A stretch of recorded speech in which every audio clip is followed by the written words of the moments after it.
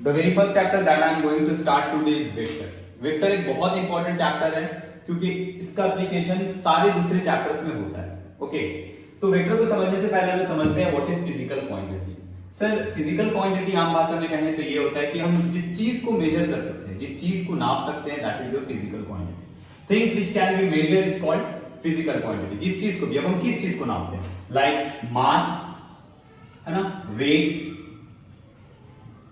Density, volume, area, speed, velocity, acceleration, force, इन सारी चीज को हम लोग क्या करते हैं, कैलकुलेट करते हैं, मेजर करते हैं. तो ये सारी चीज क्या है, फिजिकल क्वांटिटी है. अब इसके अलावा भी बहुत सारा एक्सेट्रा, बहुत सारा और फिजिकल क्वांटिटी हो सकता है दुनिया भर में. ओके, तो इन फिजिकल क्वांटिटी को फर्दर दो क्लास में डिवाइड कर दिया गया, यानी फिजिकल क्वांटिटी को दो क्लास में डिवाइड कर दिया गया. First one is your scalar. Okay, scalar वो होता है which has only magnitude, which has only magnitude. Sir, ऐसा फिजिकल क्वांटिटी जिसके पास सिर्फ मैग्नीट्यूड हो तो वो क्या कहलाएगा, स्केलर कहलाएगा. अब वो कौन है सर, जैसे एरिया, डेंसिटी, मास, डिस्टेंस, राइट, स्पीड, इन सब के पास सिर्फ क्या होता है, मैग्नीट्यूड होता है. इनको डायरेक्शन से कोई मतलब नहीं होता. 5 kg आटा, ठीक है, 10 मीटर डिस्टेंस, तो ये सारे जो चीज है वो क्या है, इसके पास सिर्फ मैग्नीट्यूड एक नंबर होगा और यूनिट होगा, लेकिन डायरेक्शंस का कोई भी पता नहीं चल रहा होगा इसके. ये ऑर्डिनरी लॉ, ये ऑर्डिनरी लॉ ऑफ अलजेब्रा को फॉलो करता है. Okay, ordinary law of algebra को फॉलो करता है. मतलब सिंपल, 5 kg आटा plus 10 kg is equal to 15 kg. Simple, ये इस तरह से ऐड हो जाएगा, कोई प्रॉब्लम नहीं है. इसको एक स्केलर नंबर को ऐड कर सकते हैं. दूसरा जो चीज है दैट इज योर वेक्टर. वो क्या है सर, आपका वेक्टर है. तो वेक्टर कौन होता है, तो सर वेक्टर वो फिजिकल क्वांटिटी है जिसके पास मैग्नीट्यूड और डायरेक्शन दोनों हो. वो फिजिकल क्वांटिटी है जिसके पास मैग्नीट्यूड और डायरेक्शन दोनों हो तो वो वेक्टर कहलाता है ना. इट हैज, इसके पास क्या होता है, it must have magnitude plus direction. Magnitude भी होना चाहिए और डायरेक्शन भी होना चाहिए. डायरेक्शन के बारे में पता होना चाहिए कि वो चीज किधर है. ओके, पर इसके अलावा और भी चीज है जो, अगर कोई फिजिकल क्वांटिटी वेक्टर है या नहीं है, वो सिर्फ मैग्नीट्यूड और डायरेक्शन से डिसाइड नहीं होगा. उसके अलावा क्या हो सकता है सर, उसके अलावा ये तो पहला हो गया. उसके अलावा दूसरा ये कि वो vector law of triangle addition या parallelogram law of vector addition को फॉलो करना चाहिए. ठीक है, तो obeys vector law of triangle addition. और उसके अलावा और क्या हो सकता है, बोल सकते हैं सर कि वो उसका जो एडिशन होना चाहिए वो क्या होना चाहिए, कॉम्यूटेटिव होना चाहिए. It's addition should be commutative, यानी vector A plus vector B is equal to vector B plus vector A होना चाहिए. राइट, इतनी बात समझ आ गई. इसका एसएस ले लो, फिर मैं सॉल्व करूंगा.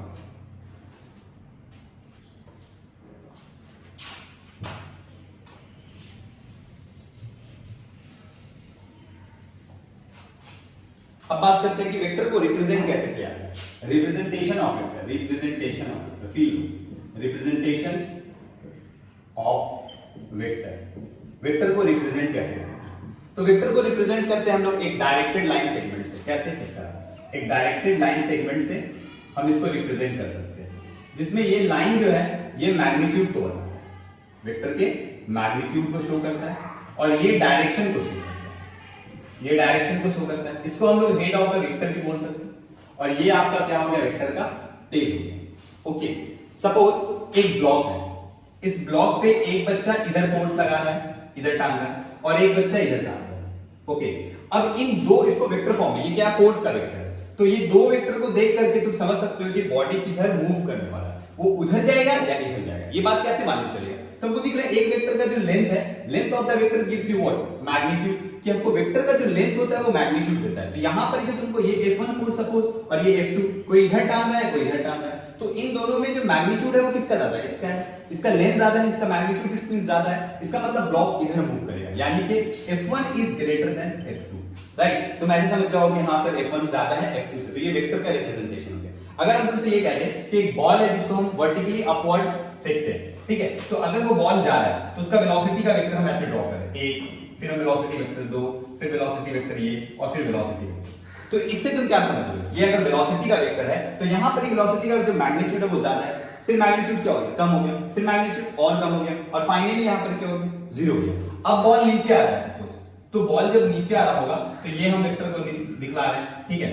तो यहां पर क्या दिख रहा है, यहां पर दिख रहा है, यहां पर वेक्टर 0 है, यहां पर वेलोसिटी का वेक्टर थोड़ा बढ़ गया, फिर यहां और इंक्रीज किया, और यहां मतलब अब जब वो ऊपर आ रहा है तो यहां पर वेलोसिटी जब जा रहा था तो वेलोसिटी डिक्रीज कर रहा था ऊपर जाते समय, और यहां पर वेलोसिटी क्या कर रहा है, आते समय इंक्रीज कर रहा है। तो वेक्टर की मदद से हम ऐसा समझ सकते हैं, ये वेक्टर का रिप्रेजेंटेशन हो गया, एक वेक्टर को रिप्रेजेंट करने का तरीका है। ओके, वेक्टर कैसे लिखा जाता है, किसी भी फिजिकल क्वांटिटी के ऊपर अगर ऐसे वेक्टर का एक निशान लगा हुआ है एरो के साथ, तो आप समझ लेंगे कि वो क्वांटिटी क्या है, वेक्टर।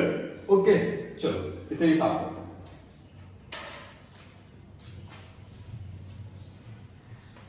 अब बात करते हैं सर टाइप्स ऑफ वेक्टर के बारे में। तो टाइप्स ऑफ अगर वेक्टर के बारे में बात करें, टाइप्स ऑफ वेक्टर, तो वेक्टर कई प्रकार का होता है, ठीक है, हम लोग को सब जानने की जरूरत नहीं, जितना हम लोग के लिए रिक्वायरमेंट है वही जानते हैं। जैसे फर्स्ट इक्वल वेक्टर, कौन सा वेक्टर साहब, इक्वल वेक्टर। तो इक्वल वेक्टर क्या होता है, two vectors are said to be equal if they have the same magnitude and the same direction. दो वेक्टर इक्वल कब होगा, जब दोनों का मैग्नीट्यूड और दोनों का डायरेक्शन क्या हो, ये जैसे वेक्टर ए हो गया और ये वेक्टर बी हो गया, तो हम लोग दोनों को इधर दिखा रहे हैं, दोनों का डायरेक्शन सेम है और दोनों का लेंथ भी सेम है उसके, ठीक है, तो यानी कि इसका मैग्नीट्यूड सेम है और डायरेक्शन सेम है, तो हम क्या बोलेंगे, ये इक्वल वेक्टर है।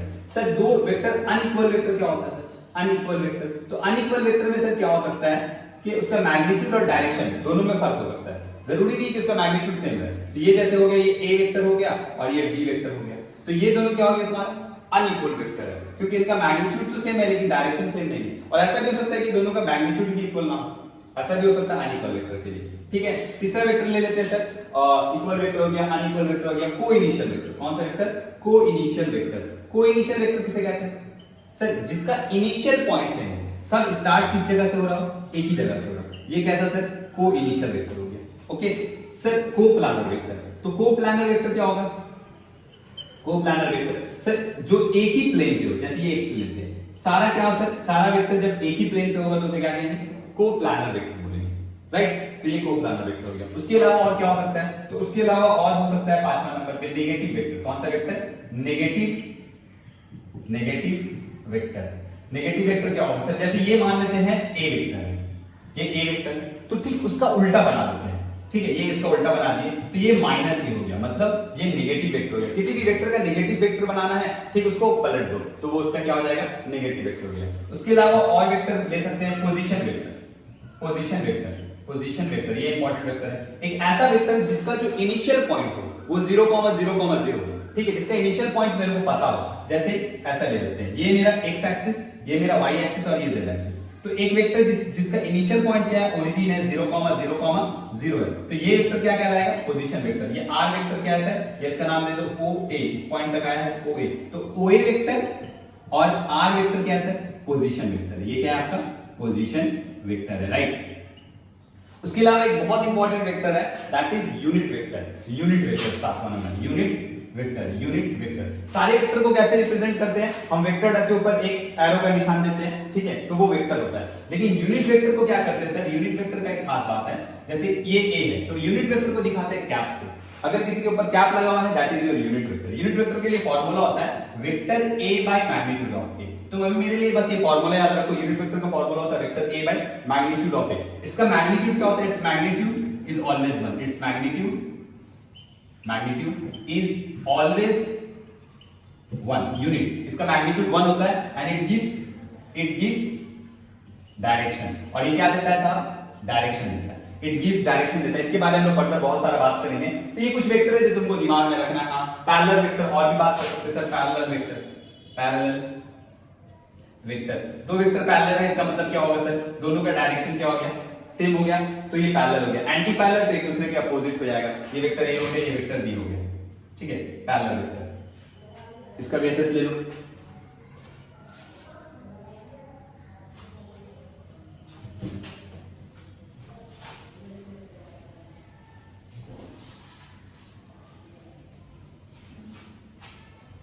अब हम लोग बात करेंगे सर वेक्टर का एक प्रॉपर्टी है ट्रांसलेशन ऑफ वेक्टर। किसके बारे में बात करेंगे? Translation of vector. वेक्टर को एक जगह से दूसरी जगह पैरेलली आप ट्रांसलेट करा सकते हैं। जैसे ये एक वेक्टर है ए, तो आप इस वेक्टर को उठाओ और यहां लाकर रख दो, कोई प्रॉब्लम नहीं। वेक्टर का मैग्नीट्यूड और ना डायरेक्शन, दोनों में से कोई एक भी चीज चेंज नहीं हुआ। अगर दोनों में से कोई एक भी चीज चेंज हो जाता तो वो क्वांटिटी क्या हो जाता? चेंज हो जाता। ओके, देखो जो चीज भी वेक्टर होता है, सिंपल सी बात है, जो चीज भी वेक्टर होता है उसके पास दो चीज है, मैग्नीट्यूड है और डायरेक्शन है। अगर दोनों में से कोई एक भी चीज चेंज हो रहा है, दोनों में से कोई एक भी चीज चेंज हो रहा है, यानी कि वो फिजिकल क्वांटिटी चेंज हो गया। अब इस वेक्टर को उठा के यहां रख देते हैं, नीचे लेके आ गए, यहां था यहां उठा कर रख लिए, तो ना उसका डायरेक्शन चेंज हुआ है ना मैग्नीट्यूड चेंज हुआ है। तो आप ऐसा कर सकते हैं कि ट्रांसलेट करा सकते हैं पैरेलली वेक्टर को, ठीक है, एक जगह से दूसरी जगह पे आप उठा करके रख सकते हैं। ना उसका मैग्नीट्यूड चेंज होना चाहिए या ना डायरेक्शन चेंज होना चाहिए। किसी भी फिजिकल क्वांटिटी जो वेक्टर होता है, ठीक है, अगर उसका मैग्नीट्यूड या डायरेक्शन दोनों में कोई एक भी चीज चेंज हो रहा है, यानी वो चीज चेंज हो रहा है। एग्जांपल मान लेते हैं सर ये एक सर्कुलर पाथ है, मान लेते हैं ये सर्कुलर पाथ है, और अगर इस सर्कुलर पाथ पे एक बॉडी रोटेट कर रहा है, ठीक है, गोल गोल गोल गोल घूम रहा है, तो इसका जो गोल गोल घूम रहा है, तो इसका जो वेलोसिटी का डायरेक्शन है, कोई भी बॉडी का जो सर्कुलर पाथ पे वेलोसिटी निकालते कैसे निकालते हैं? किसी भी पॉइंट पर वेलोसिटी मालूम करना तो क्या करना पड़ता है? टैंजेंट लेना पड़ता है। ओके, तो इस बॉडी का जो डायरेक्शन है, मान लेते हैं यहां पर वेलोसिटी 5 मीटर पर सेकंड था, यहां पर भी 5 मीटर पर सेकंड था, यहां पर भी 5 मीटर पर सेकंड था, यहां पर भी 5 मीटर, सब पॉइंट पे क्या है उसका स्पीड क्या है? 5 मीटर पर सेकंड है। इसका स्पीड तो कांस्टेंट है, लेकिन due to the change of the direction क्या हो रहा है सर? वो फिजिकल क्वांटिटी चेंज हो रहा है, यानी कि इसका वेलोसिटी कांस्टेंट नहीं है। सर क्यों चेंज नहीं है? वेलोसिटी कांस्टेंट नहीं है क्योंकि उसका डायरेक्शन चेंज हो रहा है। अगर हम जब इसकी वेलोसिटी के बारे में बात करें तो मुझे मालूम है कि सर वेलोसिटी क्या होता है? सर वेक्टर क्वांटिटी होता है, और अगर वेलोसिटी वेक्टर क्वांटिटी होता है तो it must have magnitude and direction. इसके पास मैग्नीट्यूड भी होगा और डायरेक्शन भी होगा, और इन दोनों में से कोई एक भी चीज चेंज होगा तो ये फिजिकल क्वांटिटी यानी कि चेंज हो गया। अब यहां पर देखो इसका वेक्टर मानते हैं वेलोसिटी में उसका मैग्नीट्यूड 5 है, लेकिन डायरेक्शन इधर। यहां पर देख रहे हैं वेलोसिटी अभी भी 5, मतलब स्पीड अभी भी मैग्नीट्यूड 5 है, लेकिन डायरेक्शन इधर है, क्योंकि डायरेक्शन चेंज हो रहा है, यानी डायरेक्शन चेंज हुआ तो वो वेलोसिटी चेंज हो रहा है। यानी जब कोई बॉडी सर्कुलर पाथ पे घूम रहा है तो उसका वेलोसिटी हर बार चेंज होगा। ऐसा हो ही नहीं सकता कि कोई बॉडी सर्कुलर पाथ पे हो और उसका वेलोसिटी चेंज नहीं होगा, क्योंकि उसका डायरेक्शन चेंज हो रहा है, राइट। तो सर कोई वेक्टर का अगर डायरेक्शन और मैग्नीट्यूड चेंज नहीं हो रहा है कहीं पर मूव कराने से तो कोई प्रॉब्लम नहीं है। तो ट्रांसलेशन ऑफ वेक्टर का मतलब आप एक वेक्टर को उठा के दूसरी जगह पे रख सकते हैं, ऊपर नीचे पैरेलल, उसका डायरेक्शन और मैग्नीट्यूड चेंज नहीं होना चाहिए। ऐसा नहीं कि आप क्या किए, वेक्टर ऐसे था पकड़ करके ऐसे रख दिए, ये वेक्टर मैग्नीट्यूड तो सेम है लेकिन डायरेक्शन सेम नहीं है, तो आप ऐसा नहीं कर सकते। ट्रांसलेट करा सकते एक जगह से दूसरी जगह, लेकिन ना तो उसका मैग्नीट्यूड चेंज होना चाहिए और ना ही डायरेक्शन चेंज होना चाहिए। ओके, चलो आगे बढ़ते हैं सर, हम लोग बात करते हैं एंगल बिटवीन वेक्टर्स के बारे में। Now angle between vectors, angle between vector. Sir दो वेक्टर के बीच का एंगल कैसे डिसाइड होता है? याद रखें सर, दो पॉइंट याद रखेंगे सर, टेल टू टेल, जब उसका टेल टेल मिला रहेगा, और नंबर 2 या फिर head to head, head to head, जब वेक्टर का टेल से टेल मिला रहे और वेक्टर का हेड से हेड मिला रहे तभी उसका एंगल क्या होता है? डिसाइड होता है। ओके, जैसे हम समझाते हैं, मान लो अगर तुमसे ये कहे कि ये एक वेक्टर है और ये वेक्टर है और इसके बीच में ऐसे एंगल दे दिया 135, ये वेक्टर A है और ये वेक्टर B है, तो what is the angle between the vector A and B? A और B के बीच का एंगल क्या है? तो ये जो 135 है वो रियल एंगल नहीं है एक्चुअली में, क्योंकि यहां पर तुम नोटिस करो इस वेक्टर B का टेल है और वेक्टर A का क्या है? हेड। जबकि मेरे को क्या चाहिए? दोनों वेक्टर का टेल टू टेल मिला होना चाहिए या फिर हेड टू हेड मिला होना चाहिए। तो अभी हम थोड़ा देर पहले पढ़े थे कि एक वेक्टर को ट्रांसलेट करा सकते हैं, एक जगह से दूसरी जगह उठा के रख सकते हैं, लेकिन उसका डायरेक्शन और मैग्नीट्यूड में कोई चेंज नहीं आना चाहिए। तो हम ए वेक्टर को उठाएंगे और उठा के यहां पर रख लेंगे। तो हम इस ए वेक्टर को अगर हल्का सा आगे लेके आ गए, इस तरह से ए वेक्टर को उठा के आगे लेके आ जाते हैं, तो क्या होगा? ये वेक्टर यहां आ गया। अब ये जो एंगल होगा टेल टेल मिलने के बाद, टेल टेल मिलने के बाद ये जो एंगल होगा that will be the answer. So sir ये 135 है और ये पूरा स्ट्रेट लाइन कितना होता है? 180 का, तो 180 माइनस 135, तो 135 माइनस कर देंगे तो कितना हो जाएगा तुम्हारा? 45 हो जाएगा, राइट। तो angle between A and B के बीच का जो एंगल था वो कितना था? वो था 45 डिग्री, राइट। जो दिखता है वो होता नहीं, ये 135 है, लेकिन तुमको एंगल डिसाइड कैसे करना है सर? दोनों का टेल टेल मिला करके या फिर दोनों का हेड हेड मिला करके आप एंगल डिसाइड कर सकते हैं। चलो कुछ क्वेश्चन पूछते हैं, जैसे हम दूसरे क्वेश्चन पूछे, ये एक वेक्टर A है और एंड वेक्टर 5 है, what is the angle between the vector A and vector 5? Simple है, वेक्टर A एंड वेक्टर 5 के बीच में एंगल आप बता सकते हैं, A एंड 5। तो देखो वेक्टर A ये है और वेक्टर 5a का क्या मतलब हुआ, वही वेक्टर है बस उसका मैग्नीट्यूड क्या है 5 गुना है, तो सर 5a, ये 5a हो गया। सर दोनों वेक्टर तो सेम है, a के साथ एक एंगल, तो यहाँ पर थीटा का वैल्यू कितना आ जाएगा, 0 होगा। थीटा का वैल्यू क्या होगा, 0। एक a है, एक वेक्टर के दूसरे अपने ही साथ कितना एंगल होगा, 0 होगा। ये a है, ये 5 है, दोनों सेम वेक्टर है, ये भी a और वो भी a ही था, बस वो क्या था 5 टाइम्स ज्यादा था। चलो और एक क्वेश्चन तुमसे पूछ के देख लेते हैं। मान लो बोला if the angle between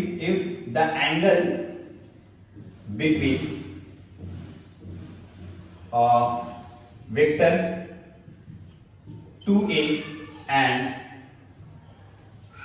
vector 2a and 3a is vector 2a and 3b is 30 degree, then what is the angle between vector 2a and minus 3b, है ना। क्या बोल रहा है, if the angle between the vector 2a and 3b is 30 degree, then what is the angle, then what is the angle between the vector 2a and minus 3b, 2a और minus 3b के बीच का angle करो, इसको solve करो।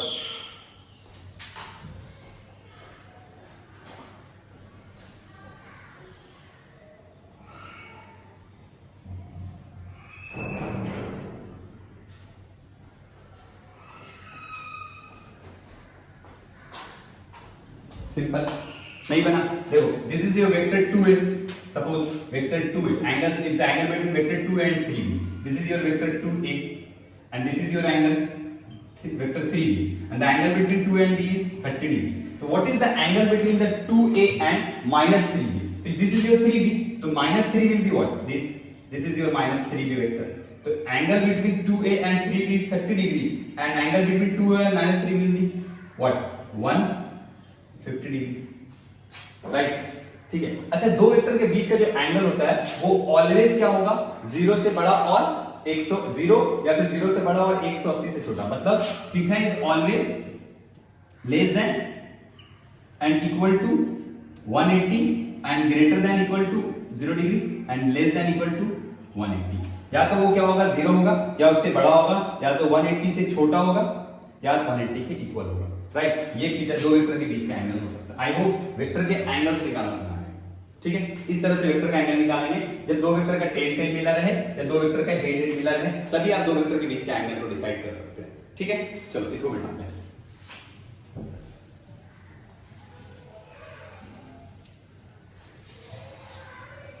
ना अब हम लोग आते हैं sir component form of vector में, दो वेक्टर का कंपोनेंट निकालना, यानी रिजोल्यूशन ऑफ वेक्टर। किसके बारे में आते हैं, रिजोल्यूशन ऑफ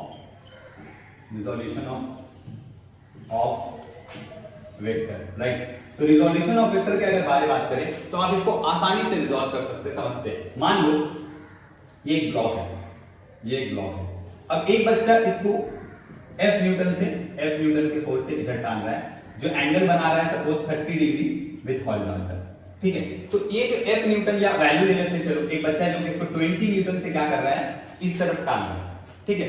तो कभी छोटे बच्चे को देखो गाड़ी ऐसे चलाता है, रस्सी बांध करके, कोई रोप वगैरह लगा लेता है, तो ब्लॉक कैसे जा रहा होता है, इधर जा रहा होता है, टांग वो इधर रहा होता है, लेकिन वो धीरे धीरे टना ही रहा होता है, और वो अगर कस के टांग दे तो उसका आगे का जो व्हील होता है वो ऊपर की तरफ उठ जाता है। तो बात ये समझना है कि जब ये फोर्स इधर 20 न्यूटन लगा रहा है, तो उस फोर्स का कुछ कंपोनेंट इधर भी आएगा और कुछ इधर भी आएगा, ओके। तो रिजॉल्व करने के लिए बस इतना समझो, अगर कोई फोर्स है, ये 20 न्यूटन है, तो जिसके साथ एंगल लगा रहा है ना, ये हमको निकालना है। यहां से परपेंडिकुलर निकाल करके ये बेस निकाल सकते हैं, परपेंडिकुलर गिरा के इसका मैग्नीट्यूड कितना 20 है, तो परपेंडिकुलर गिरा करके यहां से ये नहीं निकाल सकते।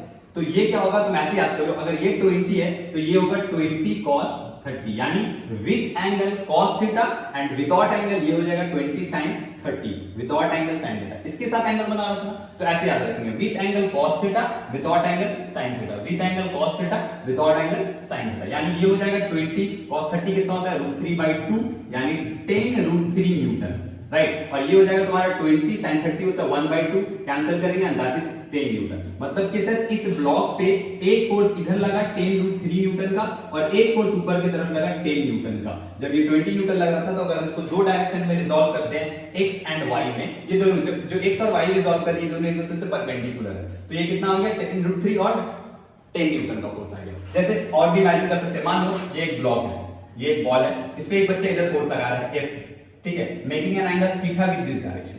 तो इसको हम दो तरफ रिजॉल्व कर सकते हैं, एक इधर कर लिए और दूसरा इधर कर लेंगे। अगर ये F है, अगर ये F है तो इधर फोर्स कितना होगा? अभी हम बताए थे जिसके साथ एंगल बने इसको cos थीटा लिखो, with angle cos theta without angle sin theta. तो this will be your F cos theta and this is your F sin theta, with angle cos theta without angle sin theta.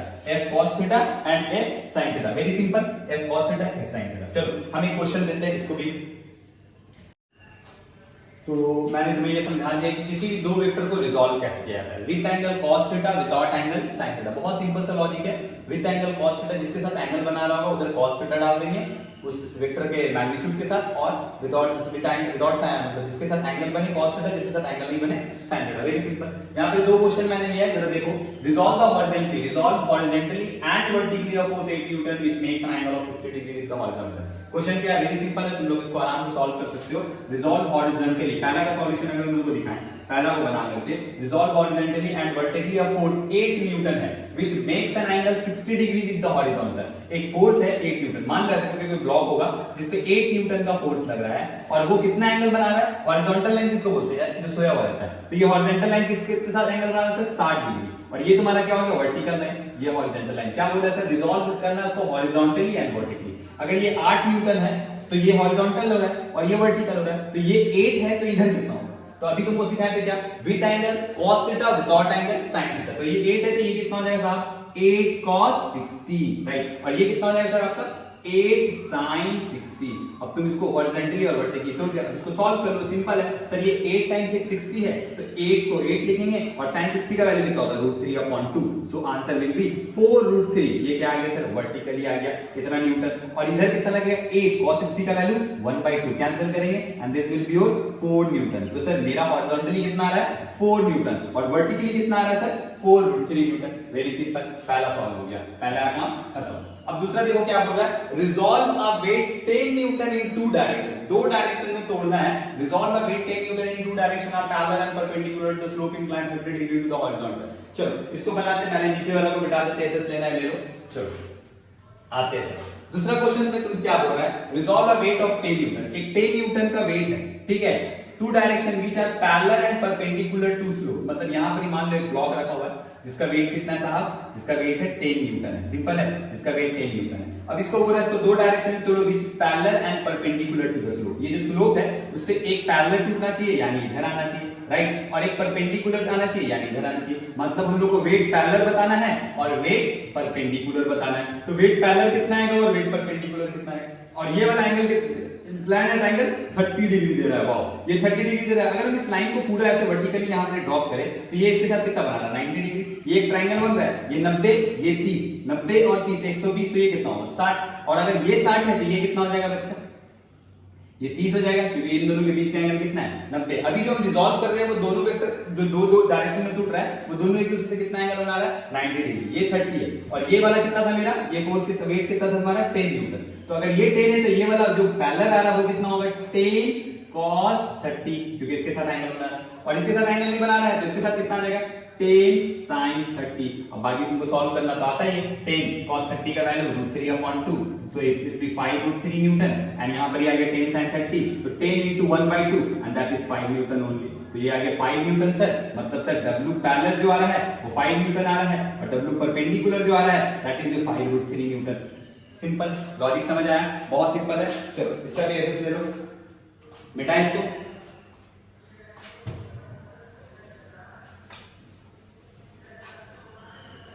तो ये resolve करना समझ आ गया। अच्छा, जो अभी हम लोग वेक्टर को रिजॉल्व कर रहे हैं, ठीक है, तो देखो r can be resolve into, क्या बोल रहा है कि r को एक कोई वेक्टर है r। तो अभी जब हम लोग रिजॉल्व कर रहे थे किसी वेक्टर r को तो वो क्या हो रहा था? दोनों एक दूसरे से परपेंडिकुलर जा रहा था। But r can be resolve into two axes x and y which is not perpendicular. ठीक है, तो जैसे हम ये मान लेते हैं हम एक इधर तोड़ दिए हैं और एक इधर तोड़ दिए, ये एंगल बीटा बना रहा है और ये एंगल अल्फा बना रहा है। तो ये जो r है जिसको हम दो एक्सेस में रिजॉल्व कर रहे हैं इधर और इधर, ठीक है, r को दो एक्सेस में रिजॉल्व कर रहे हैं, वो दोनों एक दूसरे से परपेंडिकुलर नहीं, राइट, ये अल्फा और बीटा एक दूसरे से परपेंडिकुलर नहीं है, फिर भी हम लोग इसको रिजॉल्व कर सकते हैं। ये जो r वेक्टर, तो इसको मान लेते हैं ये वाला वेक्टर जो तुम्हारा है, ये इसको हम उधर उठा के लेके आ सकते हैं। तो अगर ये वाला बीटा एंगल है तो ये भी क्या बन रहा होगा, बीटा बन रहा होगा। ठीक है, तो हम यहाँ पे क्या कर सकते हैं, अप्लाइंग साइन रूल, क्या कर सकते हैं, applying sine rule, sine rule लगा करते हैं। देखो ये अल्फा ये बीटा, तो ये एंगल कितना बनेगा, तो जाहिर है सर ये एंगल जो होगा वो 180 minus under bracket alpha plus beta है। अब साइन रूल क्या बोलता है, सर जो साइड होता है, अगर हमको ये साइड ये, तो इसके सामने वाला एंगल कौन है, ये, तो हम लिख देंगे r divided by sine under bracket 180 minus alpha plus beta, ये एंगल हो जाएगा तुम्हारा। ठीक है, ये एक हो गया, इज इक्वल टू क्या होगा सर, ये साइड जो हमको निकालना है, तो हम इसको मान लेते हैं क्या, तुम्हारा rx, इसका कंपोनेंट x कर रहा हूं, और इसको क्या मान लेते हैं ry, मतलब दूसरा कंपोनेंट जो है। तो यहाँ पर जो rx होगा इसका जो इस तरफ कंपोनेंट आएगा और ये ry है तुम्हारा। ठीक है, तो ये rx कितना होगा, ये rx है, तो इसके सामने वाला एंगल कौन है, बीटा है, तो rx अपॉन क्या लिखेंगे, sin beta, which is equal to ry sin alpha. अब यहां से हमको rx निकालना है, ये वाला कंपोनेंट निकालना है, rx कितना है, तो इन दोनों को कंपेयर कर लो, तो rx इज इक्वल टू हो जाएगा r sin beta divided by sin 180 minus theta, यानी 2 into 90 माइनस थीटा मतलब sin थीटा, यानी कि sin अल्फा प्लस बीटा, ये rx आ गया। अगर हमको ry निकालना है, मतलब y कंपोनेंट निकालना है इसका, तो ry कितना आ जाएगा बच्चा, ry के लिए इन दोनों को कंपेयर करा देंगे, तो ry आ जाएगा मेरे पास r sin alpha divided by sin 180 minus alpha plus beta, यानी sin अल्फा प्लस बीटा। अब जरा तुम देखो, अगर अल्फा और बीटा का सम 90 होगा तो वही आने वाला rx कितना आ जाएगा, अल्फा प्लस 90 होगा तो इसका वैल्यू 1 हो जाएगा, मतलब r sin बीटा, और ये कितना आ जाएगा, r sin अल्फा। क्लियर है मेरे बात, ये दोनों साइन के टर्म में आ गए। तो ये तुम्हारा अगर एक किसी वेक्टर को रिजॉल्व करना है दो डायरेक्शन में और वो दोनों क्या 90 डिग्री अगर नहीं बना रहा है, ये दोनों 90 डिग्री नहीं बना रहा है, तो इसको इस्तेमाल कर सकते हैं। ठीक है, चलो इसको भी ऐसे ले लो।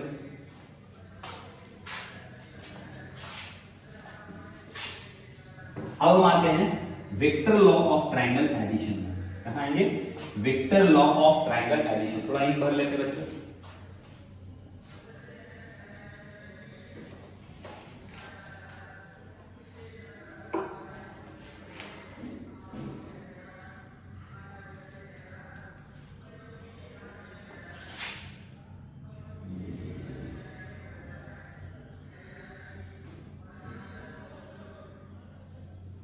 हम लोग आते हैं vector law of triangle addition में, राइट। तो vector law of triangle addition को समझते हैं, vector law of triangle addition. Sir vector law of triangle addition क्या बोलता है, vector law of triangle addition बोलता है, if the tail of the second vector is at the head of the first vector, if the tail of the second vector is at the head of the first vector, then the resultant is represented by the third vector which is starting from the tail of the first vector and terminating at the head of the second vector। ये sir बकने के लिए आओ समझते हैं। मान लो ये एक vector है a और ये एक वेक्टर है b, राइट। तो अगर किसी एक वेक्टर का टेल किसी दूसरे वेक्टर के हेड पे हो, एक वेक्टर का टेल किसी वेक्टर के हेड पे हो, तो उन दो वेक्टर का जो रिजल्टेंट होगा यानी सम होगा वो एक तीसरा वेक्टर होगा जो पहले वेक्टर के टेल से स्टार्ट हो रहा होगा और दूसरे वेक्टर के हेड पे जाके खत्म होगा। If the tail of the second vector is at the head of the first vector, then the resultant is represented by third vector which is starting from the tail of the first vector and terminating at the head of the second vector। यानी कि ये जो resultant है r that is equal to a plus b, ये क्या हो जाएगा a plus b, right. ये वेक्टर फॉर्म में आएगा तुम्हारा, ये दोनों का रिजल्टेंट आ गया। क्लियर है, एकदम सिंपल है सवाल, ठीक है। अच्छा, अगर हम तुमसे पूछे a और b के बीच का एंगल क्या है, तो तुमको उसके लिए क्या करना पड़ेगा, इसको हल्का सा आगे ला के रखना पड़ेगा, तो ये b तुम्हारा a यहाँ आएगा और ये वाला जो एंगल होगा ये a और b के बीच का एंगल हो जाएगा। सिंपल है। चलो, तो ये वेक्टर a था, ये वेक्टर b था। अगर तुमको दो वेक्टर दे दिया जाए, दोनों के बीच का एंगल पता हो, थीटा हो, ठीक है, और तो उन दोनों वेक्टर का जो रिजल्टेंट होगा वो तीसरा वेक्टर होगा, ठीक है। एक वेक्टर b वेक्टर, उसका जो रिजल्टेंट होगा तीसरा वेक्टर होगा। जैसे हम इस क्वेश्चन करके देख सकते हैं। चलो बताओ मुझे, ये वाला मान लेते x एक्सिस है, ये वाला y एक्सिस है। एक वेक्टर है यहाँ पर r1 और ये एक वेक्टर है तुम्हारा r2, ओके, इसका नाम दे देते ओ ए बी, ठीक है। तो sir O A vector is equal to क्या लिख सकते हो तुम, R1 vector and O B vector is equal to तुम क्या लिख सकते हो, R2 वेक्टर। अब हम तुमसे पूछते हैं कि सर ये जो ए बी वेक्टर है, ए बी, यहां से हम एक नया वेक्टर खींचे, वो ए बी वेक्टर क्या है, वो ए बी वेक्टर क्या है। तो ए बी वेक्टर कैसे निकालेंगे, in term of R1 and R2। मेरे को क्या चाहिए, ए बी वेक्टर चाहिए in term of R1 and R2। तो सर ए बी वेक्टर क्या है, तो सिंपल है sir, A B vector is equal to क्या होना चाहिए। तुमको यहाँ पर देखो 3 वेक्टर दिखने लगा, लॉ क्या बोला, अगर किसी वेक्टर का टेल किसी वेक्टर के हेड पे होता है, 3 वेक्टर में देखो यहीं पर टेल और हेड मिल रहा है, यहाँ तो हेड मिल रहा है, यहाँ तो टेल मिल रहा है ना। तो सर यहाँ पर ढूंढो तो कहाँ टेल और हेड मिल रहा है, देखो यहाँ टेल और हेड मिल रहा है, ये टेल और हेड मिल रहा है सर। हाँ सर, अगर टेल और हेड मिल रहा है तो इन दो वेक्टर का सम तीसरा वाला होगा। यानी हम इक्वेशन ऐसे लिख सकते हैं, कैसे लिख सकते हैं सर, हम ऐसे लिख सकते हैं ए बी ये वाला वेक्टर और ये वाला वेक्टर का नाम क्या है सर, ओ ए।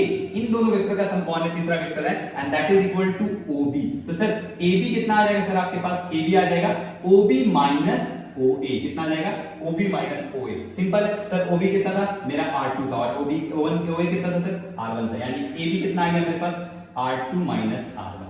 सिंपल, अगर यही पूछते नहीं, ये वेक्टर नहीं बता करके हम ऐसा उल्टा कर देते, हम बी ए वेक्टर पूछ लेते, हम बी ए वेक्टर। तो जाहिर है सर बी ए वेक्टर क्या आता है मेरा, उल्टा हो गया, तो R1 माइनस R2 आता, वही ट्रायंगल लॉ को लगा कर। सिंपल, तो ऐसे कर करके वेक्टर निकाल सकते हैं। अब ये वेक्टर जो है अगर उसका मैग्नीट्यूड चाहिए, यानी इन दोनों वेक्टर से जो तीसरा वेक्टर आ रहा है R, वो तो लिख लिया तुम R equal to a plus B. अब इस a प्लस बी वेक्टर का क्या चाहिए मेरे को, मैग्नीट्यूड चाहिए। तो अब इसको मैग्नीट्यूड निकालने के लिए क्या कर सकते हैं हम लोग, क्या करेंगे, इस वेक्टर को यहां ला के ऐसे परपेंडिकुलर गिरा देंगे। इसको प्रूव नहीं कर रहे हैं, तुम ऐसे समझ लो, मेरे लिए याद कर लो, ठीक है, जो हम याद करवा रहे हैं तुम मेरे को याद कर लो, ठीक है ना। इसको रिजल्टेंट इसका निकालने का डायरेक्ट फार्मूला तुमको याद करा रहे हैं, कोई यूज नहीं है, ठीक है ना, कोई यूज नहीं है। तुमको क्वेश्चन न्यूमेरिकल करना है, एक्चुअली हम आगे जो चैप्टर डालने वाले हैं वो 12th के लिए डालने जा रहे हैं, इसलिए हम वेक्टर अभी यहाँ पे पढ़ा रहे थे। तो तुम रिजल्टेंट का फार्मूला, जैसे ये दोनों वेक्टर का रिजल्टेंट ये आ रहा है, अब इस r का जो मैग्नीट्यूड होगा वो कितना होगा, तो वो r का मैग्नीट्यूड, यानी दो वेक्टर को जोड़ करके जो मैग्नीट्यूड आएगा उसके लिए फार्मूला याद रखेंगे r का, दैट इज पहला वेक्टर क्या था a, तो a square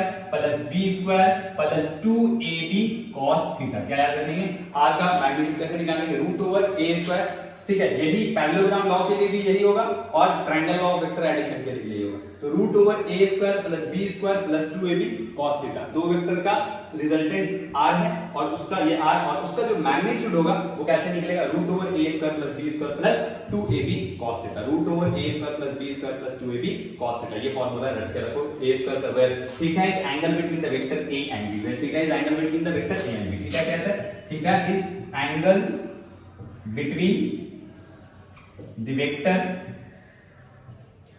a and b, a और b के बीच का एंगल। सिंपल, चलो आगे बढ़ते हैं, इसको मिटाते हैं, तुमको और लॉजिकली समझाते हैं। ये वाला बात समझ आएगा, vector law of triangle addition.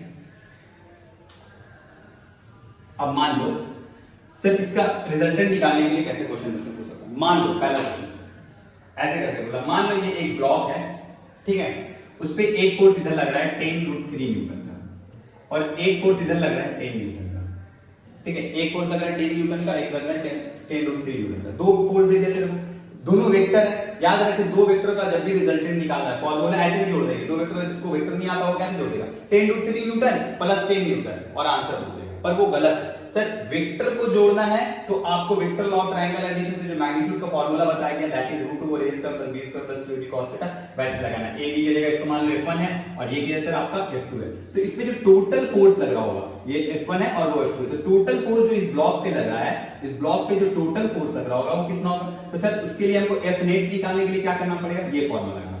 इस फॉर्मूले को एकदम रट लो, आगे बहुत इस्तेमाल होने वाला है। दो फोर्स दे दिया, दोनों का बीच का एंगल कितना था सर यहाँ पे 90, तो सर पहला फोर्स लगाएंगे f1 का स्क्वायर प्लस f2 का square plus 2f1 f2 cos क्या लिख देंगे बच्चा 90 डिग्री, और cos 90 का वैल्यू कितना होता है 0 होता है, तो यहाँ cos थीटा था, ठीक है। तो यहाँ पर f1 का वैल्यू कितना है 10√3 का होल स्क्वायर प्लस 10 का whole square plus 2 into 10 into 10√3 into cos यहाँ कितना हो जाएगा 90, और cos 90 का वैल्यू कितना होता है 0, तो ये वाला पूरा टर्म 0 हो जाएगा। तो आपके पास क्या बच जाएगा यहाँ पर 300 बच जाएगा प्लस 10 का स्क्वायर 100 बच जाएगा and that is 400 and which is equal to 20 newton. तो सर आपके पास जो टोटल फोर्स आने वाला है वो टोटल फोर्स कितना आएगा 20 न्यूटन आ जाएगा। एकदम सिंपल है सर, ये एक फोर्स था, ये एक फोर्स था, एक 10√3 न्यूटन था और एक 10 न्यूटन था, दोनों को ऐड किए और ये 20 न्यूटन आया। अब सर शर्त ये है कि सर 10√3 न्यूटन तो मेरे को इधर लग रहा है दिख रहा है, अब 10 न्यूटन इधर लग रहा है दिख रहा है, पर सर ये जो 10√3 न्यूटन जिस पे टोटल फोर्स है वो एक्ट कहां पर कर रहा है, ठीक है। ये जो टोटल फोर्स लाए हैं सर, चलो ये रिजल्टेंट का फॉर्मूला लगाकर टोटल फोर्स ला देते हैं सर। तो ये जो 20 न्यूटन एक्ट कर रहा है वो कहां पर ही कर रहा है सर? तो ये 20 न्यूटन एक्ट कहां कर रहा है? देखो वो एक्ट कहां करेगा, याद रखना इन दोनों के कहीं बीच में एक्ट करेगा। कहां एक्ट करेगा? तुम ही सोचो ना, अगर तुमको ये ब्लॉक एक इंसान रस्सी से ऐसे बांध के इधर टांगता और एक इधर टांगता, तो जब दोनों टांगते तो ब्लॉक कैसे जाता है? इधर जाता है। तो याद रखेंगे दोनों फोर्स के बीच में कहीं पर लग रहा हो। बीच का ये मतलब नहीं होता है कि एकदम बीचों बीच में, अगर ये 90 था तो 45 में लगा, ठीक है, बीच में कहीं पर लग रहा होगा, हमको ये नहीं मालूम कहां पर। तो हम किसी एक के साथ एंगल कंसीडर कर लेंगे, हम मान लेंगे इसके साथ सर अल्फा एंगल पे लगा। अब ये अल्फा निकालेंगे, तो इस अल्फा निकालने का जो फॉर्मूला है वो फॉर्मूला को डायरेक्ट याद रखेंगे। यहां पर ही tan alpha is equal to होता है sir b sin theta divided by a plus b cos theta. अब b क्या है सर? b वो है जिसके साथ एंगल कंसीडर नहीं करते। क्या है सर? b वो है जिसके साथ एंगल कंसीडर नहीं करते। समझते? जैसे यहां पर ही tan अल्फा का फॉर्मूला याद रखें, तो यहां दो फोर्स F1 और F2, यहां पे F1 और F2 में b कौन है? तो सर एंगल किसके साथ अल्फा लिए? F1 के साथ लिए, मतलब b तुम्हारा कौन है? F2 है। b तुम्हारा कौन है? F2 है। तो सर यहां पर अगर हमको tan अल्फा निकालना तो क्या करना पड़ेगा? तो tan alpha is equal to क्या करना पड़ेगा? b sin थीटा, यानी 10 sin थीटा का वैल्यू कितना था? 90, दोनों के बीच का angle divided by 10√3 plus 10 cos theta का वैल्यू 90 यहां रख दी। सर tan 90 1 होता है तो दैट इज 10 और डिवाइड बाय cos 90 0 होता है, तो ये वाला टर्म तो खत्म ही हो गया, तो बचा 10√3। 10 ने 10 को मार दिया तो यहां आया tan अल्फा। तो tan alpha is equal to कितना आ गया? 1/√3 कितना का वैल्यू होता है? 30 का वैल्यू होता है। tan से tan खत्म, अल्फा इज इक्वल टू कितना आ गया आपके पास? 30 डिग्री। यानी सर वो जो ब्लॉक है उस पे जो टोटल फोर्स एक्ट कर रहा है वो 30 डिग्री पे एक्ट कर रहा है, मतलब वो ब्लॉक इधर जाएगा। अगर एक इधर से 10√3 न्यूटन से उधर 10 से टाने तो वो ब्लॉक इधर जाएगा, 30 न्यूटन इधर जाएगा। एकदम लॉजिकल बात क्लियर है। अगर कहीं पर भी 2 फोर्स दे दे या 3 फोर्स दे दे या 4 फोर्स दे दे, हम और क्वेश्चन करेंगे इस पे, तो तुमको बात समझ आना है। ये फोर्स का फार्मूला को लगाने आना चाहिए, यानी ये रिजल्टेंट का फार्मूला और वो अल्फा निकालने आना चाहिए। चलो और क्वेश्चन करके देखते हैं। इसका एसएस ले लो, ये बहुत जरूरी है, ठीक है। दो वेक्टर को जोड़ने का तरीका क्या होता है? दो वेक्टर अगर तुमको दिया हुआ तो दोनों वेक्टर को जो ऐड करेंगे उसका मैग्नीट्यूड को के लिए वो ये फार्मूला लगाते हैं, ठीक है। और वो tan अल्फा का फार्मूला भी बिल्कुल नहीं भूलेंगे। tan alpha equal to c sin theta divide by a plus b cos theta, where b is what? b वो है जिसके साथ एंगल कंसीडर नहीं करते। एकदम आम भाषा में b वो है जिसके साथ एंगल कंसीडर नहीं करते। चलो और क्वेश्चन देखते हैं।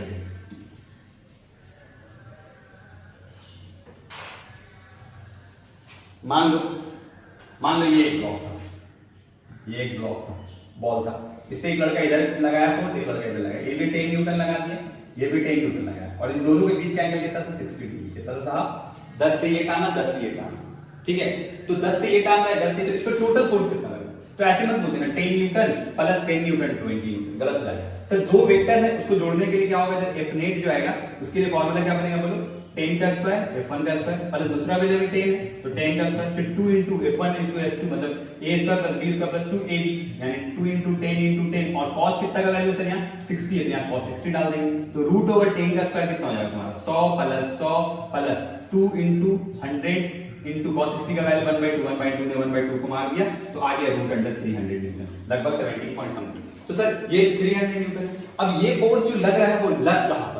तो फिर वही फॉर्मूला सर tan अल्फा का कि वो लग कहां रहा होगा? इन दोनों के बीच में। किसी एक के साथ अल्फा मान लो तो इसके साथ अल्फा मान लो, तो देखो इसमें भी तुम tan अल्फा लगा सकता है, लेकिन तुम इसमें डायरेक्ट आंसर भी बोल सकता है। अगर दोनों फोर्स इक्वल हो तो याद रखेंगे जो नेट फोर्स लग रहा होगा वो दोनों के एकदम बीच में लग रहा होगा। कहां लग रहा होगा? एकदम बीच में। तो यानी कि ये जो लग रहा होगा 30 पे ही लग रहा होगा। अब जरा देखते हैं, देखो b sin थीटा, तो इसके साथ माने तो ये 10 हो गया, sin 60 डिवाइडेड बाय, दोनों के बीच का एंगल 60 था, डिवाइड बाय 10 प्लस 10 cos 60। अब इसको सॉल्व करके देखो, तो इसको सॉल्व करोगे तो 10 sin 60 का वैल्यू √3/2 काटे, यहाँ आया ऊपर में 5√3, नीचे करेंगे तो 10 प्लस 10 cos 60 का वैल्यू 1/2, तो यहाँ आया 5, तो नीचे आ गया 15, यहाँ आएगा 5√3 डिवाइड बाय 15, 5 3 से 50, 3 से काटे तो ये आएगा नीचे में 1/√3। तो tan अल्फा इक्वल टू 1/√3, यानी सर आपका थीटा का वैल्यू कितना है? फिर से tan अल्फा इक्वल टू कितना है? अल्फा इक्वल टू कितना है?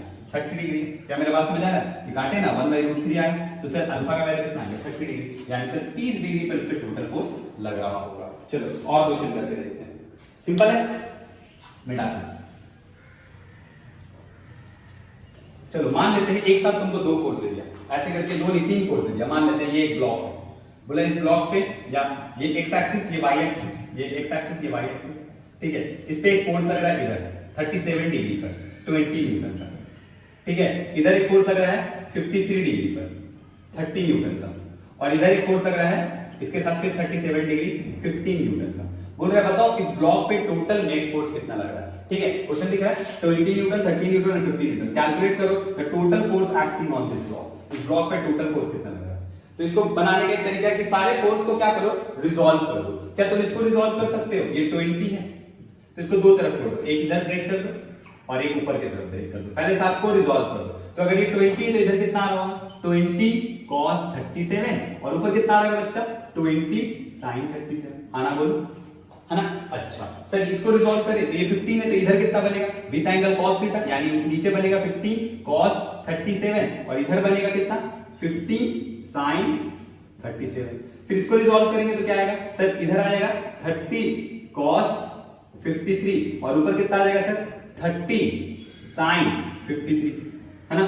तो एक आ गया सर 30 sin 53। अब देखो सारे फोर्स को देखो, एक्स एक्सिस वाला और वाई एक्सिस वाला। तो फोर्स इन एक्स, तो एक्स में लगने वाला फोर्स उधर कौन है 20 cos 37 और फिर इधर लगने वाला कौन है, तो इसको माइनस में लिखो 50 sin 37 फिर माइनस 30 cos 53, राइट। अब इसको सॉल्व करो तो 20 cos 37 का वैल्यू बोले थे ट्रायंगल याद रखना, ये वाला 37 और ये वाला 53 और ये 3 ये 4 ये 5। तो cos 37 का वैल्यू अगर मुझसे बोलेंगे तो 4/5 minus 50 sin 37 3/5, right 3/5 minus 30 cos 53 के बारे में बात करें तो 3/5। इसको कैंसिल कर लो तो ये 60 माइनस 9 और वो उधर कितना हो गया 6 3 18। तो सर ये टोटल कितना आ जा रहा है जरा देखो, सॉल्व कर करके इसको 7 आ रहा है 60, ये माइनस में हो रहा है ना, तो 18 2 18 से 16 गया माइनस 2 माइनस 11 आ रहा है माइनस 11 न्यूटन। यानी कि जो नेट फोर्स लग रहा है एक्स पे वो इस ब्लॉक पे किधर लग रहा है दिख रहा है, वो इधर लग रहा है 11 न्यूटन, राइट। एक से काम है। अब देखेंगे सर वाई डायरेक्शन में फोर्स, अब किधर देखेंगे वाई डायरेक्शन में। चलो यहां देखते हैं वाई डायरेक्शन में एफ वाई कितना होगा, दिख रहा है बोर्ड एफ वाई कितना होगा। तो एफ वाई के लिए क्या करेंगे, ऊपर में देखो तो कितना लग रहा है 20 sin 37 प्लस और ऊपर में कितना लग रहा है 30 sin 53 30 sin 53, है ना। और नीचे क्या लग रहा है सर आपका 15 cos 37, तो उसको माइनस में लिखिए। अब इसको सॉल्व करते हैं 20 cos 37 का वैल्यू 3/5 प्लस 30 sin 53 का वैल्यू, तो sin 53 का वैल्यू कितना आ जाएगा 4/5, ठीक है, माइनस 50 cos 37 का वैल्यू कितना आ जाएगा cos 37, यानी कि सर 4/5 काट तो 5 3 15 5 6 30 5 4 20 12 प्लस 24 माइनस 12, तो ये आ गया 12 से 12 कैंसिल, ये आ गया 24। तो सर इस पे एक ऊपर की तरफ आया 24 न्यूटन और एक आया है सर आपका 11।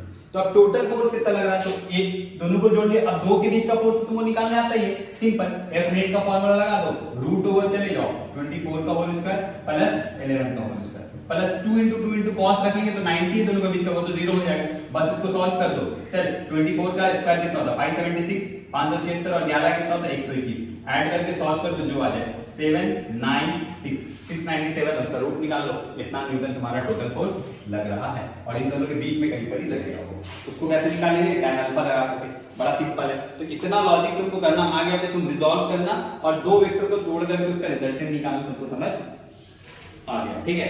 अब इसके बाद जो नेक्स्ट बात करेंगे रिजल्टेंट निकालने जब आ गया तुमको, तो इसके बाद जो नेक्स्ट बात करेंगे कुछ क्वेश्चंस करेंगे और फिर कंपोनेंट फॉर्म वेक्टर में आएंगे, आई जे के फॉर्म में आएंगे, वो नेक्स्ट वीडियो में जो तुमको अब कल मिल जाएगा, ठीक है। चलो अभी के लिए टाटा बाय बाय।